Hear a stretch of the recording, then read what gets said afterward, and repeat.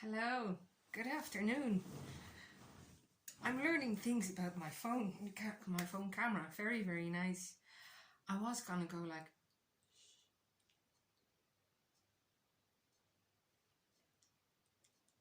and jokingly say like, no, there's nothing wrong with your volume. You don't have to turn up the volume. Gorva Gold here, Gorva Gold Homestead. Believe it or not, but it's not even 2 p.m. and it's pretty dull out there, really, really dull. So it's fairly dark. It feels more like 4 or 5 in the afternoon than it does 2 o'clock. So yeah, our solar panels, they wouldn't be any good at the moment. They're not bringing anything in. Wind, even if we had a wind turbine, it would be absolutely not generating anything because nothing is moving out there. It's really, really quiet. I'm feeling a little bit urged to actually talk about something very simple. Yeah, okay. We're talking about prepping. We've been talking about prepping in the sense of being prepared more than stockpiling. I'm not a stockpiler. We're not stockpilers. It's more a homestead. To me, preparedness for any eventuality, any catastrophe, calamity has more to do with how do you carry on after it. So I think most people in most of the countries in the world, even some of the richer ones, would definitely already have these things. I mean, like whether you live in Canada or in Alaska or in countries where it's really, really warm, you probably are prepared for certain situations and that you can't go out, for example. So you have to do your shopping well in advance. Say now Alaska or Canada. I've never been there. I'm in Ireland. When you can't go out to the shops. So most people in situations like that will have a certain amount of stockpiling, prepping, just to know that they can actually survive. You know, like I'd say most people will have torches. They know their phone has a torch. Well, I hope. If you didn't, you know now. Things like that. They know where the candles are. People that are camping, no matter what you cook on, my hair's a mess, but anyway, you know, you will know where the gas cooker is and all that, and where the gas bottles is, and if you do have enough. That also goes for certain heating appliances. I mean, for example, here in Ireland, you either have there is a few ways you can do it, but we live rural and we don't have central heating. We're not on a grid, not on that grid. We are on an electricity grid, but we're not on the main sewer, for example. We're on mains water, mains electricity, but that's about it. So our heating comes from small electric appliances, so we heat per room, literally. Or we have an open fire on here, so you have some firewood. Or what's known as a superser, which is a gas burner with a bottle. They've bottled gas. Those prices are all going up. So, I mean, before we turn the heater on really, really high, it's literally, we'd be asking ourselves the question like, how many, can I just solve this with putting an extra jumper on? So in the winter, I generally walk around with 4 layers. I've got a long sleeve t-shirt, short sleeve t-shirt, hoodie, knitted jumper, that's 4, and double socks, sometimes even 3 double, you know, stuff like that. I'd say most countries do have some form where they do, and especially kind of like if you go to Finland or again Alaska, there may be parts where in the winter, I mean, like if you even get daylight, you know, kind of like one of them things. So, but I kind of like being urged to talk about like, okay, you've got everything prepped. You've got food, you've got water, you've got, you know where your candles are, you know where your torches are, and you wake up in the morning and your electricity's gone off, the blackout.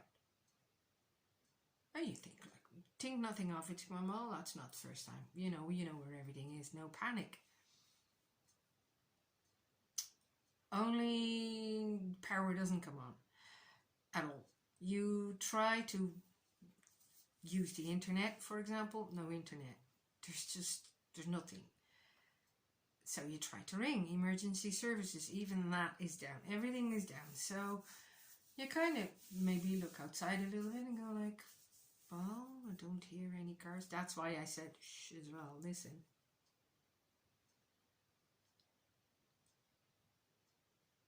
This is rural Ireland. It really is this quiet. I can hear there's 3 clocks in this house. One is next to me. It's a small one. One is in the kitchen and one is in the other room. And I can hear all 3 of them ticking. You know. But anyway, so okay, you got everything okay. You know, I'm not too worried. I don't have to be worried because, well, this is what I've been prepping for, right? I've got my water, I've got my food, and then I was sitting there thinking this morning, really, can you actually do it? Can you do it? Because if there is one thing that I think that 2020 taught us with the whole flu thing, you know, with the whole pandemic and all that stuff, it is that all of a sudden you were locked in. You couldn't go out anymore. So what is your entertainment? What keeps you, can you do it? Can you do not being busy? If you happen to have, like, quite a few homesteads, animals that will keep you busy, you have to go feed your animals. I don't have animals. We don't have animals. We have 2 cats. They basically come in the morning and they have something to eat and they lie in front of next to the heater for the rest of the day. That's it. Now, just imagine that kind of like, there's no television. You can't use, there's no, oh, I'll throw a video on. Oh, I'll live stream something on YouTube. Gone. Finished. Doesn't work.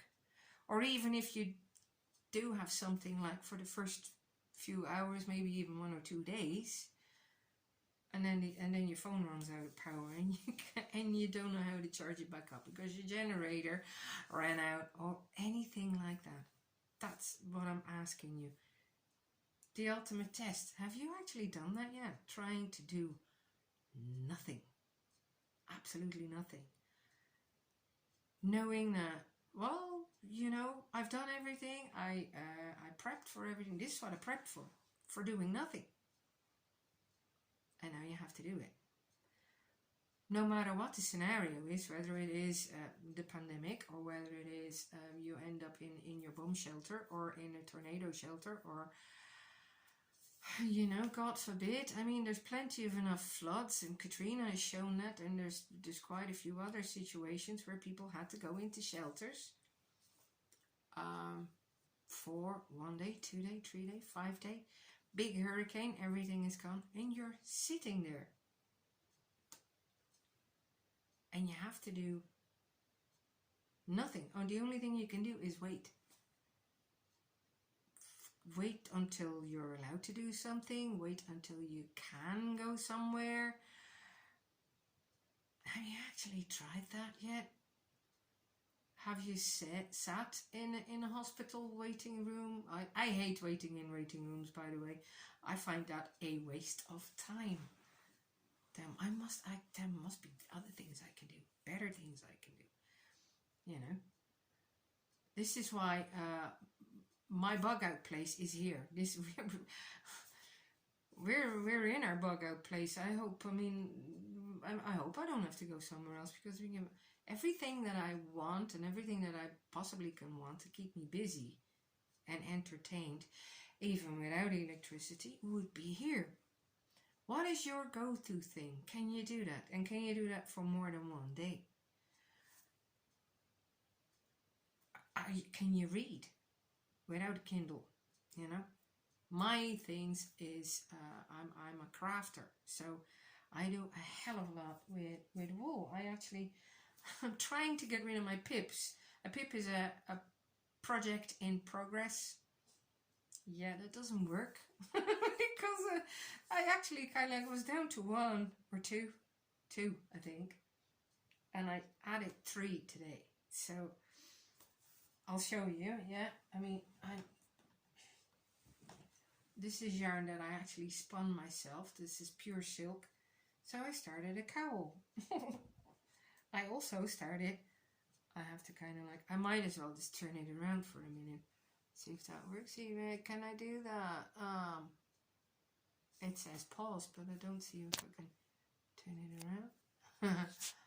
I don't know. Should be. Nope, it doesn't work. I can't turn it around. So I'm still learning how this works and all that stuff with video. I knit socks, and I found my perfect yarn. Is yeoman yarn. Take my sock off. So that's my sock. One of them, obviously. The one I'm wearing. They look very long, but they fit perfectly. I've already done 9 pairs this year, apparently. And I still have 1, 2, 3. Now again 3. I've got another one, 4 on the pins, on the needles. So, you know, I'm doing that. Oh, see, I'll show you. Okay, that's one of them. Again. So cones of yarn. I'm drowning in yarn. See, pretty. I like my cables. So that's what I do. Play guitar.